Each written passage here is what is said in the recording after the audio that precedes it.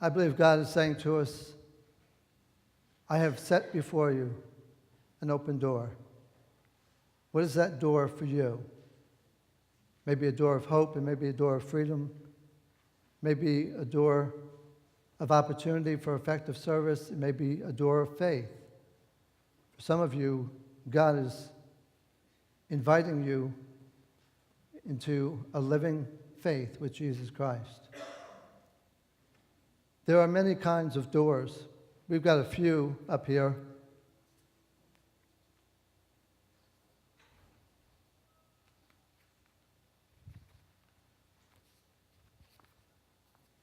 Let me just mention a couple of them. Most of us think of hinge doors, doors that hang on hinges, but there are also sliding doors. There are revolving doors. There are swinging doors called saloon doors like this. There are screen doors, there are louver doors, there are bifold doors. Those are louver doors there. There are wicket doors. Anybody know what a wicket door is? A wicket door is a door within a door, a small door within a larger door. There are garage doors. There are prison doors like this. Some of us need God to open a prison door for us that keeps us in bondage. There are doors that automatically open up. There are French doors. There are Dutch doors. There are Australian doors. I have no idea what an Australian door is, but I know that there are Australian doors. There are all kinds of doors. There are some very creative and unusual type of doors. Let me share with you a couple of my favorite unusual ones. Could we put the first slide up for the doors? Here's a blackboard door. Somebody thought of putting the blackboard right on the door, which is good. You probably have whiteboard doors by now. Here's a door, interesting door. It turns into a ping pong table, and you can play ping pong. Here's a sort of a wicket door for everybody in the family. You got for the kids, for mom, for dad. And this is my favorite. On the left, you see what looks like an ordinary staircase, but it opens on the right to reveal a whole room back behind it that didn't know was there. But of all the doors that have ever been opened in human history, the most important door that was opened is this one, the door that led to the tomb of Jesus Christ. The story of the resurrection begins with the opening of a door. On Friday before the resurrection, a door closed. It must have sounded like a slammed door with an absolute note of finality as they rolled the stone in front of the opening to the tomb of Christ.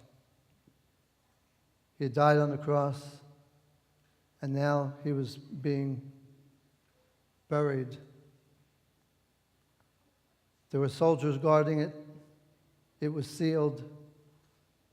And when the stone fell into place, it must have seemed like it shut out all of the hopes of humanity itself.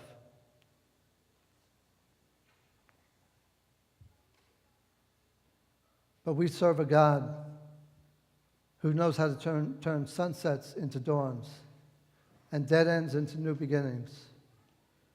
He brings life out of death, victory out of defeat, hope out of despair, triumph out of tragedy. He's a God who specializes in opening doors, specializes in resurrection life.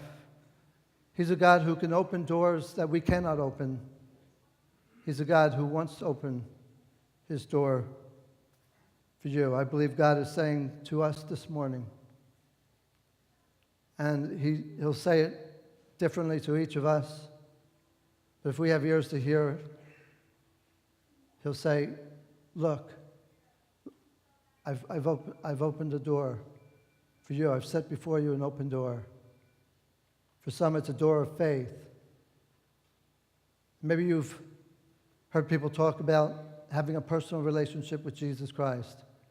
And that concept is missing in your experience. And you say, well, I want to have that, but what am I missing? What does it mean to be born again? What does it mean to have the life of Christ? What does it mean to be changed by the power of God? Some of you, God is saying, I'm opening a door of faith for you to come to full understanding of the salvation that I have for you. I want to come into your life and bring my life and yours. For some, it's a door of hope. Some of you this morning may feel like Job when he said, my days are past, my plans are shattered, and so are the desires of my heart. If you feel like that, this morning God can open a door of hope, a door of new beginnings, of new hope for tomorrow. For some of you, he wants to resurrect dreams that have laid idle, and you've forgotten about them. God's saying, I'm going to breathe life, resurrection life, into those. For some of you, it's a door of power that he wants to open to break bondages and strongholds in your life, to set you free, power to live the kind of life that pleases God.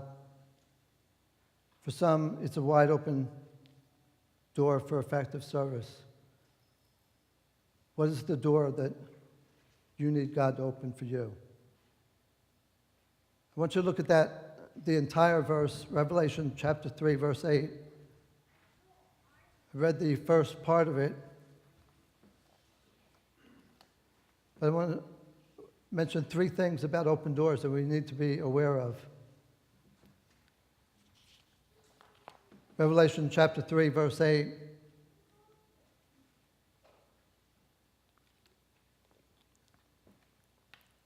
He says, see, look, I've placed before you an open door that no man can shut. I know you have little strength. Do you feel like that? You say, God, I don't have the strength to do that. God says, I know. That's why I'm going to open the door. All you need to do is take a step of faith. I know you have little strength, yet you have kept my word, obeyed my word, and have not denied my name. First thing you need to know is that many times we don't see the doors that God has opened right in front of us. So he says, look, there's an open door I've set for you. The disciples came to Jesus one afternoon, found him at a well with a Samaritan woman. They did not recognize her as an open door. They looked at her and they looked at Jesus and wondered why he would be talking with a woman, number one, a Samaritan, number two. Jews had no dealings with Samaritans. They were half-breeds. They would walk miles out of their way to avoid going through Samaria. And not only that, she was a woman of questionable repute. She had 3 strikes against her. And they came to Jesus, and Jesus said, lift up your eyes. Look, there's an open door. Don't say 4 months and then the harvest. Because I say to you that the harvest is ripe and ready to be picked.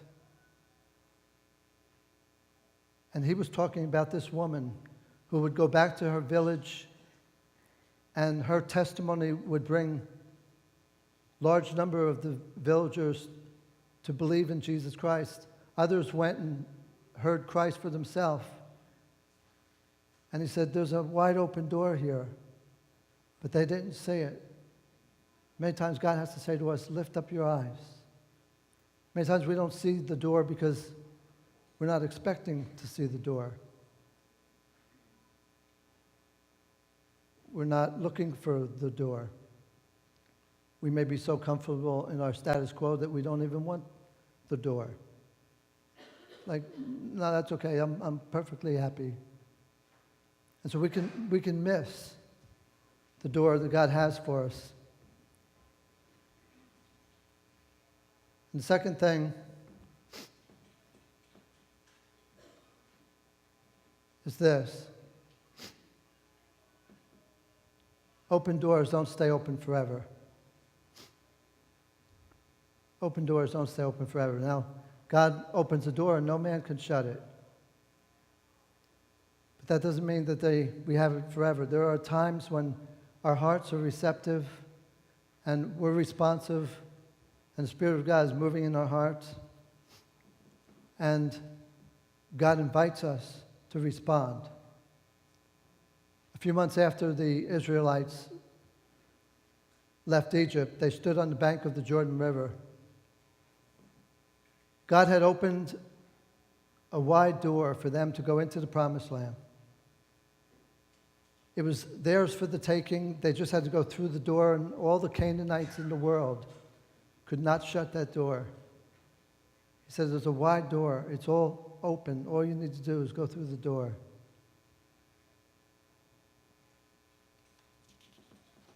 But they didn't go through the door. Because of unbelief, they said, no, we're not going to go through the door. And then, oddly, 24 hours later, they said, oh, Moses, we changed our mind. We are going to go into the land. I guess they slept on it overnight, and it seemed like a good idea when they woke up in the morning. And Moses said, no, the door's closed. They said, no, that's all right. We can do it. And they charged into the Promised Land and got whooped, something fierce. That door didn't open for another 40 years.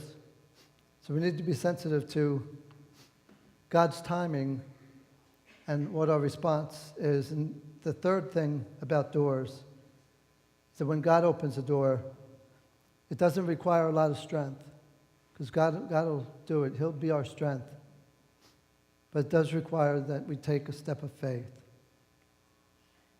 When God opens a door, He'll almost always require a step of faith. I'm going to ask you this morning to take a step of faith. And for some of you, literally take a step of faith. We're going to look at a video clip in just a moment that speaks of the cost to God to open the door for our salvation, to open the door of faith. Some of you this morning feel disconnected from God, separated from the life of God. Jesus died that you might have life and have it more abundantly. Jesus did not say, I've come that you might have rules and have them more abundantly. He didn't say, I've come that you might have church meetings and have them more abundantly. He didn't say, I've come that you might have creeds and have them more abundantly. Nothing wrong with any of those things. But He came that you might have life, that you might have a meaningful personal relationship with God through Jesus Christ, that He can come in and change your life.